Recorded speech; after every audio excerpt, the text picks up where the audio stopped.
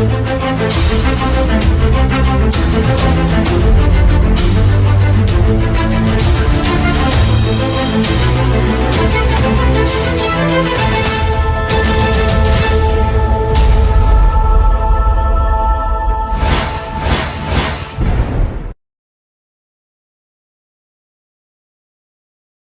know what Aes Sedai means in the old tongue?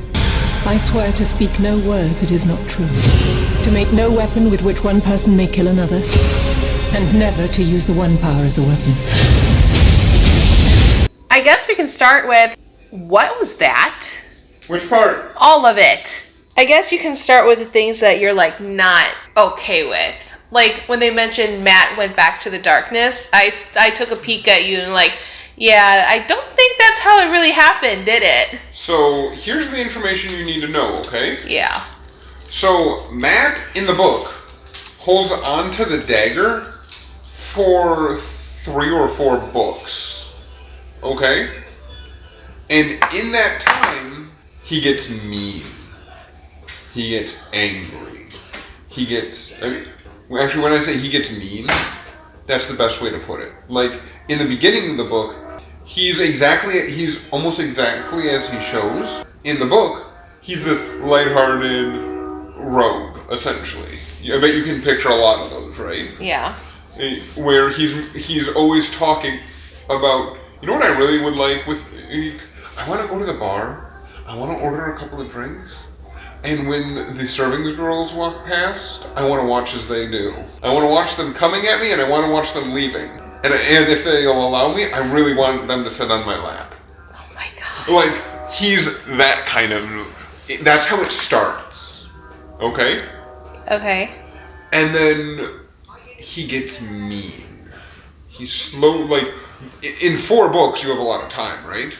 Yeah. And it's this slow movement of showing sarcasm, and then he starts getting barbed, and then he starts snapping at people, and then so it's this big long thing, and then it's realized that he has the dagger, and it's really not good for him, kind of a thing, you know? So they go in, pull the dagger away from him. So in the book, he realized that the dagger's not good. No, he never realized. He doesn't realize it on his own. Got it. Because he can't realize it. It's kind of like, picture alcoholism. Mm-hmm. Do you know it's bad for you? Do you know that it's bad for you while it's happening? Yeah. Or do you look back and go, oh, that was bad? Yeah. It's kind of that second one. It's like that. He didn't realize it was an addiction, and then he went, oh, he does not go back to the darkness after that. So them implying that he has a darkness within him and he wants to return to it is making me go, what? What? I think the question you should be asking is why? I think the point is to show how bad that darkness is. I think that's what they're going for. And since they didn't have a lot of time to show it off, they're going to find whatever they can to do so, you know? So that's my guess. So I'm just going to go along with it, and I'm going to wait to see what happens, okay? So that whole Eye of the Circle, or... Yeah, Eye of the World. Eye of the World, I mean. Mm-hmm. That's a book, right? That's book 1. Okay. So the Dark One is essentially done. Gone. Not forever, though, right? Obviously not forever. How much information do you want on that one? Rand could not have killed the Dark One on his own. You are exactly correct. So we're going to see the Dark One again. Oh, hell yes. So what you actually saw, okay, is up until this point, they have used the term the Forsaken every so often, right? The Forsaken are the 13 people that went in the previous age, okay, that went, you know, this Dark One might have a good idea. Let's f*** all humanity so we can have eternal life and be able to rule the world as we see fit. Was that what the Dark One wanted to do with Bran? Sort of? Sort of. That's a deeper question. But picture their world, we care more about ourselves. And they are all locked away at different levels. Not on levels of dangerous, but someone had to be closer to the world and someone had to be closer to the Dark One. What we saw was one of the Forsaken trying to do the Dark One's will and bring Rand to the dark side. So that wasn't even the big bad daddy then? Nope. That was a Forsaken. Oh, got it. And that big white light that Rand had, they're going to address that in the future. Hopefully. They might not actually. They might just leave it alone. But it is a very special type of attack. Picture not only dying, but having your soul burned out of existence. Oh, jeez. Like, and the problem is that both the good and the bad can use that. Which is a f***ing problem, isn't it? Yeah.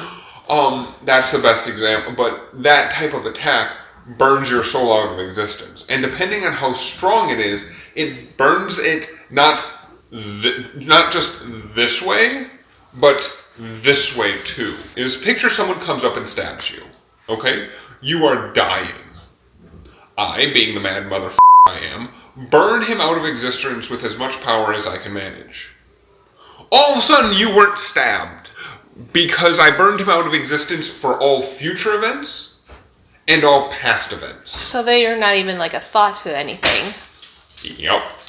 Oh. The problem to that is every single person in the world is a thread in cloth that is time, right? Mm-hmm. What happens if you pull too many threads out of a cloth? It unravels. So it's actually a very dangerous thing to be doing. But that's essentially what he did there. That's why you saw his face just burn, like essentially burn up, but not exactly burn up. So I give you a little more information than you needed, but I think I answered your question. Next question. So, with you shockingly say, oh, we're gonna talk about this already, and we're looking at like the sea and the ships, is that part of the second book? Or is that third book? So we're skipping the second book entirely. So they actually said that this was going to happen. The first book is a whole lot of set up and explanation and introduction. Okay? The first book. The first book. The first book is called Eye of the World. Yes. The second book is a giant chase scene in which Padan Fain gets a hold of the Horn of Valir and says, I know you're watching me. Come find me. Because he wants to kill them. Okay? Mm-hmm. So that's what's happening there.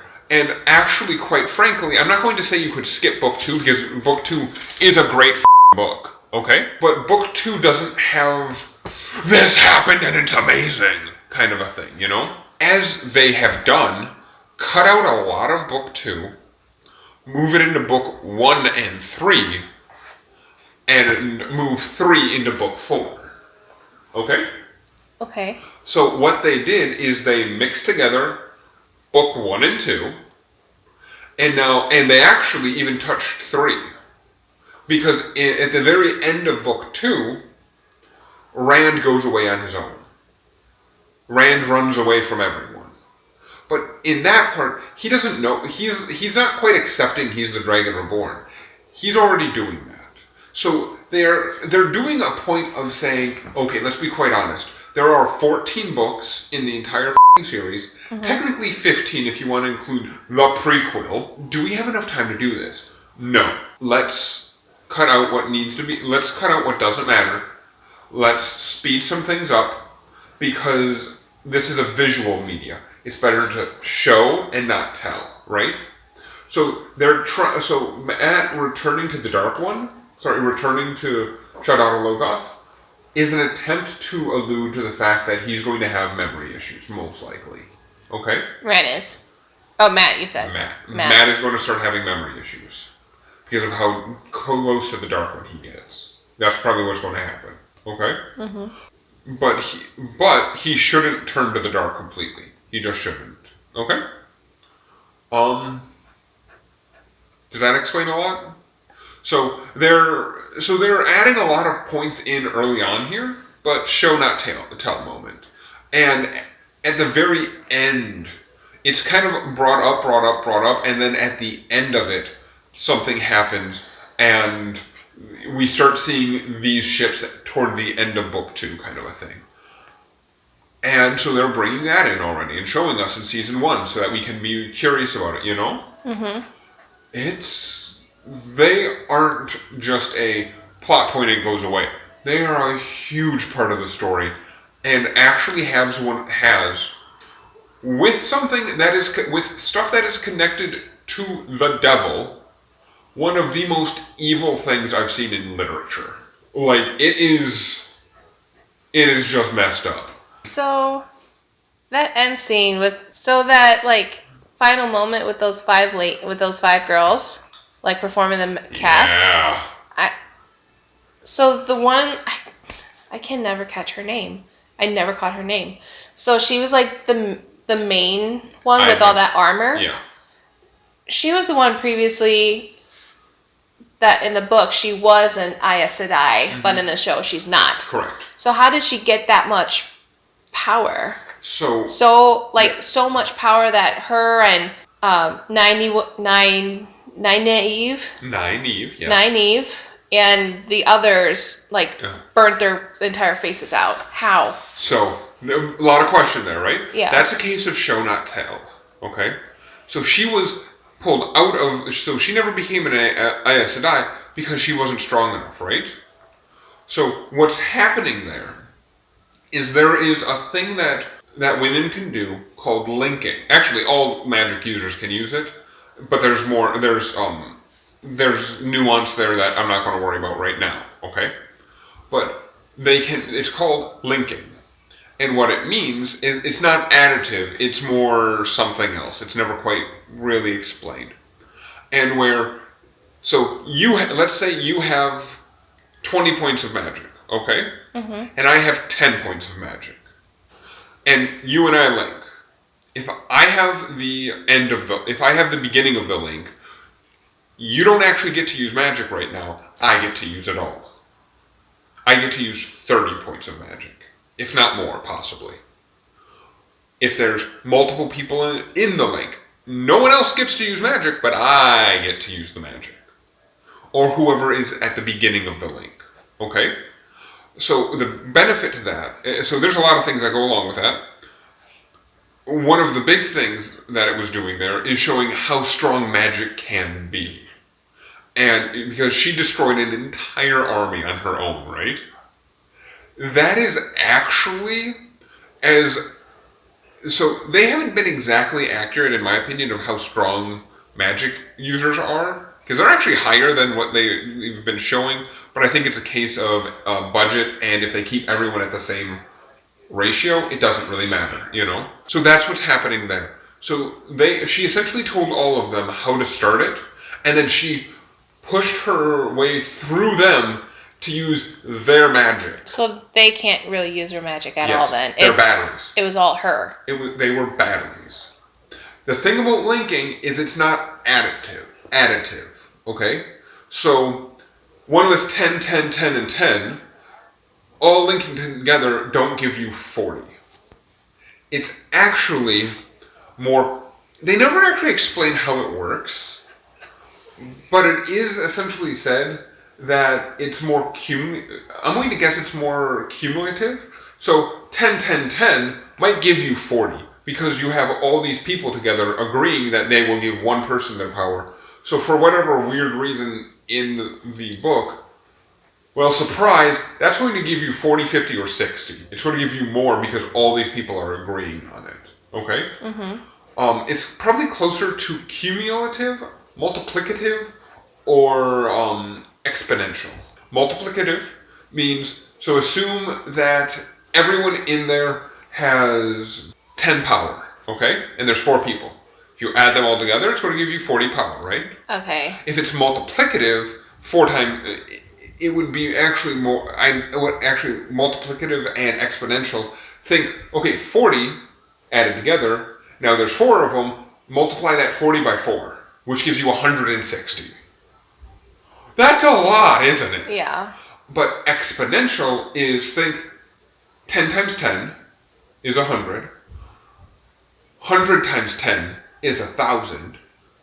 1,000 times 10 is 10,000.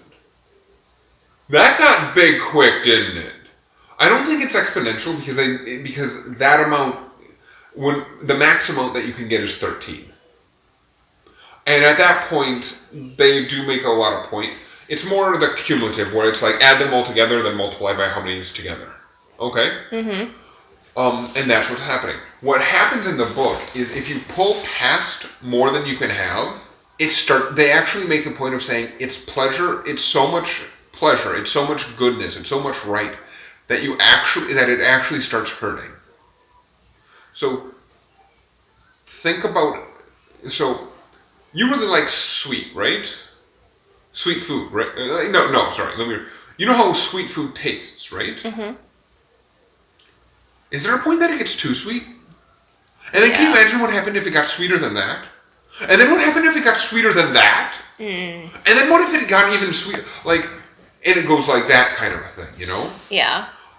And they explain it in that sense, that it gets so good that it gets bad. And as you could see, but it's also addictive, so the more that you have, the more you don't want to let it go. Like, it's burning you. You can feel your face on fire, and you still want more because of how good it feels. That's a thing that occurs, okay? Mm-hmm. And that's why she, even though her face was burning and everyone else was asking her to stop, she wasn't letting go. What also happens is if you go too far into that and don't die and stop, you can cut yourself off from the magic. Oh, God. So think about feeling so immensely good and then coming down and then realize you never will be that good again.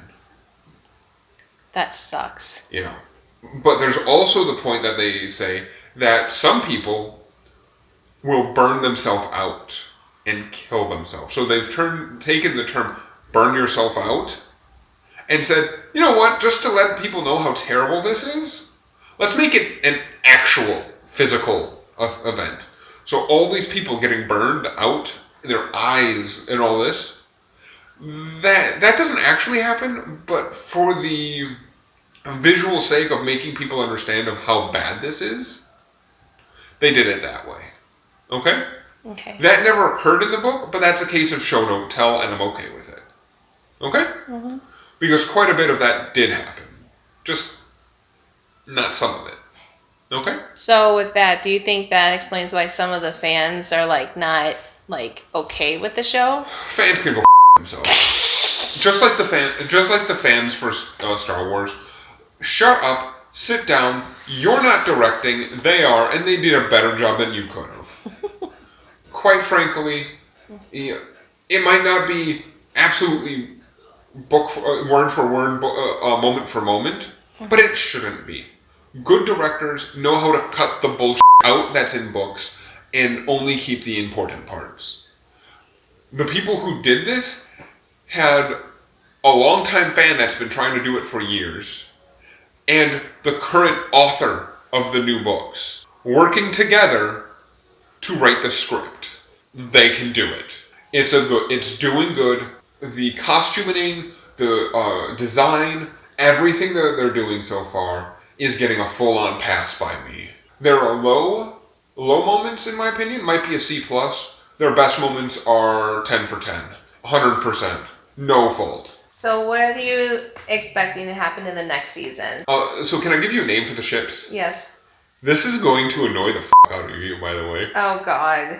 Want me to tell you how it's spelled? Oh, no. Seachan. Wait, what? Seachan. N. Ch. Shan. What? Okay. So I'm taking it as Sean because Sean Oh, yeah. in Irish is Sean. Yeah, you're right. And so Chan. So Shinar, the Borderlands, a lot of those have a very Oriental origin from the writer. Mm-hmm. But the Shan also have a very different aspect that is also Oriental. Sin-chan is also a term that it could be. But I'm calling them the Shan-chan. They're going to be a huge part of the book. And I don't even know how to begin explaining to you why they're going to be such a big part of the book. So I want to make sure not to give anything away. Just in case if you're right. Oh, because... Oh, never mind. You've Yeah. read the book how many times? I've read the first book 4 times. Oh my god. Second and third book 4 times. But the entire series through, I've read it twice. And you're able to memorize all of that still. I've memorized so much. Oh my god. Taylor, my mind grabs stories and characters. Now, I will say, the Wheel of Time is so big that there's some characters that just, their names just don't quite click, and I have difficulty going, oh, it's that one, because he uses such similar names so many times. Like, be honest. Especially if they come and go, right? Yeah. So, but for the most part, I have all, like, I can't say I have the entire story memorized, but I have a lot of points. If you say what happens in this book, this book, this book, this book, this book, I can give you a pretty big list. The ladies that like first appeared on the boat of The Shang-Chan? Yeah. What is the gold thing over their mouths? It's like they can't. And around their neck. I didn't check the neck. The mouths were like, yeah. Do you want me to tell you? No. Okay. I will give you a hint though. That golden thing over their mouth and neck is the evil thing I was telling you about. Ew. Okay. And here's the thing, it's not even connected to the dark one. It's human evilness. You probably went, holy shit. Okay. So when they start bringing those out, watch them carefully, because they are messed up, disgusting, and such a good plot point. But overall, did you like it? Yes. This is like, this without a doubt is one of the, like, you know how you were telling me, well, what do you do if it's not good? This was excellent. This was worthwhile. This was worthwhile in my younger years having Aragon be This was worth you disliking the Dune series. I will not say it was worthwhile for the Dark Tower, because I wanted that to be so much better. So, I'll be honest, I was kind of blown away with the locations and like the scenery. Was it good? That was breathtaking. I did like it. I'll be honest, It made me feel a little better after watching Dune. So, on a scale of 1 to 10, 10 is like, I could rewatch this next year. This is a show that I could go back to easily, kind of a thing, you know? And that's a 10. That's a 10. I don't expect it to be a 10, okay? Where do you fall in it? And one is, this is garbage. This is just absolute trash, like Dark Tower trash. No, I'll be honest. I'll be fair and I'll be honest. I'm not going to give it anything below a 5 just because there is so much like thought put into it, and you know, like you said, they added the new author into the plot, and I think they added the wife of the late author into this as well. So she already kind of has an idea what's going on anyways, plus a possible fan writing this as well. So you got 3 great minds put together to make this good. But to answer your question though, I would maybe give it a 7. Okay, I'll take that. Like, it's not something I want to go back to as background noise every time. But I think when the second season does get like a release date or a streaming date or anything like that, then I think it would be good to use that time to go back and rewatch it to review. Woo! I mean, and I can also ask you too, because you do know, because you have read the book, the second book 4 times. So you should have that memorized already. Oh yeah, I already do. So I could just go back anyways and ask you. You could review it on your channel. What do you think I'm doing right now? Really? What do you think Oh, damn good. What do you think I'm doing right now? Awesome. I was more like, I wasn't worried about myself. You were worried for me. I was more worried about you, because when IGN put in like the 5 things to remember before you watch the Wheel of Time. I saw a lot of people were like so negative on it, and they were like, well, we saw the first like 3 episodes, because when the Wheel of Time came out, the first 3 episodes aired, and it was like almost like a shit fest from everybody. No, it's good. It's good. It is so good. It's definitely. And by the way, I will say, I wouldn't give this a 10 for myself, as I'm going to go back and watch this all the time. It's the best. Because that's not what this is. But this is absolutely a, would you watch every single season? Yes. At this point, I will watch. If they keep up the same quality, if they only put 80%, I'm sold. So as somebody, who is a fan of the series, and when, you saw a lot of people kind of put like a naysay on it, could you like speak for them in some parts? Easily. They are the people who can't accept a written medium, a thing that is all words and no pictures being put to a visual medium. It's not a 1-to-1. You can't grab it and expect and say, I'm going to make this a 1-for-1 thing and expect everything to follow through. There's so much interior monologuing and one's own thoughts happening in the book that you can't just say, here we go, we're making this all making this all a TV show and it's going to be great. You can't do it. It can't be done. It's people who see this and are going, well, it should have been this way. And the answer is, quite honestly, one, you got people who know what they're doing, putting a huge amount of effort into making sure shows up as best as it can, and, quite frankly, for as good as they did, that's good. It's not acceptable, it's good. They had to find ways to show actual thoughts, events, and reasons why they think this way without overdoing it and coming off as, oh, he's just moody. Oh, he's just mean. Oh, he's just this. My easiest question is, so Taylor, how would you describe Perrin? If you had to give him a description, how would you describe that character? Is he moody? He's that tall... Yep. He's that tall guy that lost his wife, right? Yeah. I mean, he's not like when we first saw him after the events with everything, he kind of shut down for a little bit. He was kind of like a basket case. He wasn't really moody. You lost your wife. You're going to be a little moody. I mean, he was moody. I mean, he killed his wife, but not on purpose, though. Yeah, and he's dealing with the trauma that's happening. He's in shock. He has PTSD. Yeah, that's a display sign of PTSD. And then he kind of got a little rougher, but I think that's because of the wolf thing going on, whatever the hell that is. Yeah. And we haven't really talked about that at all, have we? And hopefully we will in the next season. But would you say that?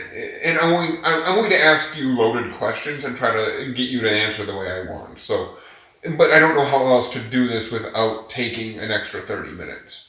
Would you say that he's trying to be careful? Oh, very. Would you say that he's very cautious, especially like the people around him that he's not familiar with? Yeah, would you say that he's scared of the violence he can do?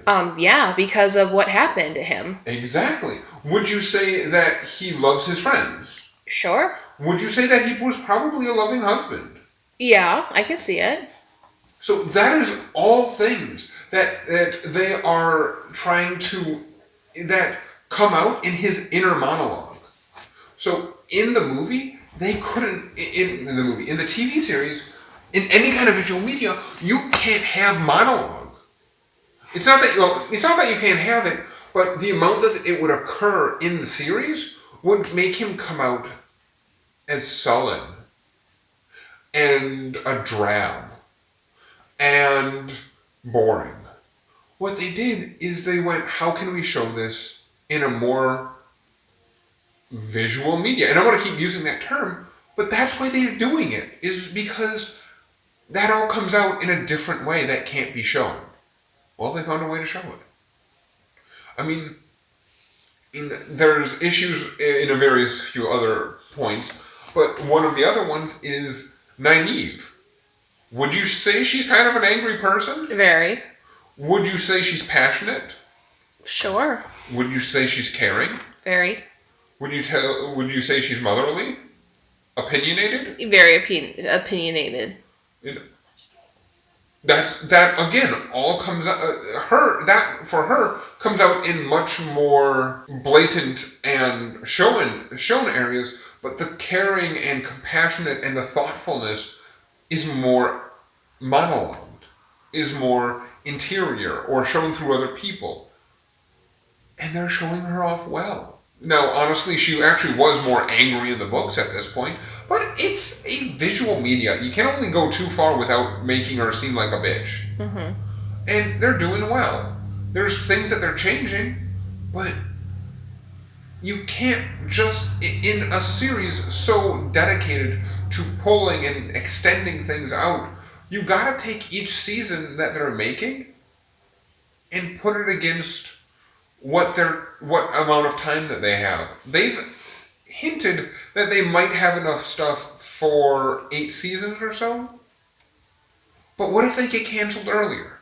What if fans or views or whatever starts cutting back drastically and they have less time?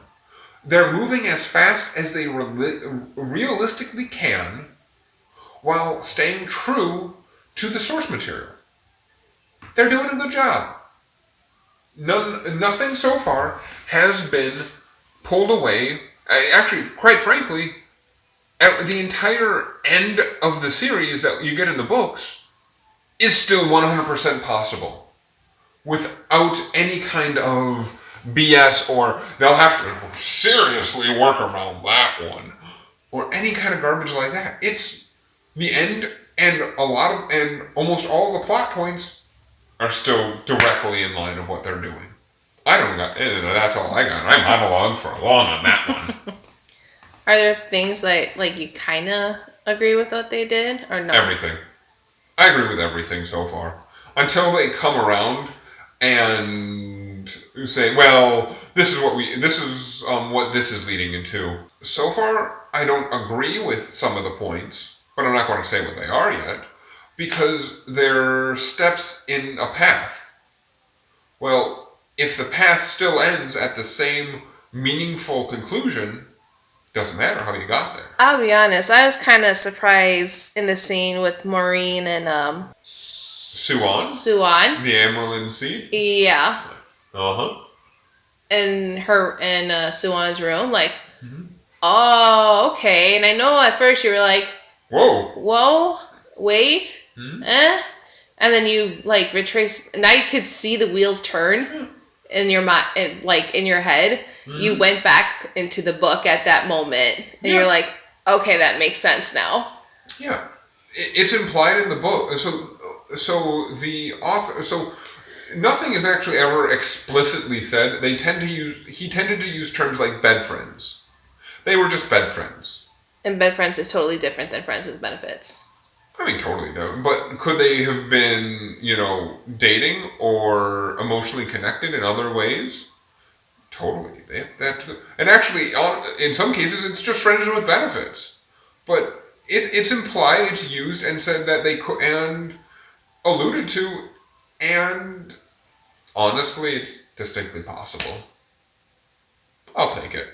I'm glad to know that the first season went well, and I'm glad that you're happy about it. It was phenomenal. For as good as it went, and for all the things that I've seen go badly in other shows, I will flat out say, it couldn't have gone better. They did everything they needed to. What do you guys think of the movie? Let me know your thoughts below.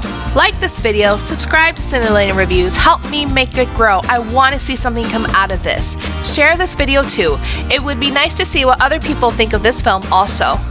If I reach 200 subscribers, I will be reviewing Ghost Stories, a request from my husband's friend.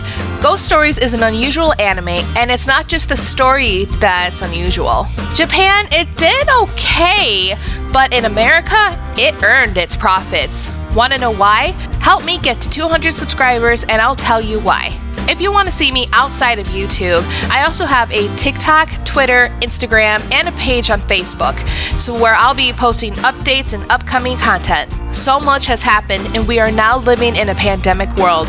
I've had too many family members become affected by this, and now their lives have become different and not what it used to be. While the vaccines and boosters are available for us to use that truly need it, the one way to avoid it has always remained the same. Our simplest prevention is our biggest protection. Please take care of yourselves as you practice social distancing, washing hands, and staying at home. This pandemic has gotten way out of hand and is approaching home slowly and deadlier. Let's try to make our world better by starting to make us better to reduce the spread of COVID-19. See you later on another day.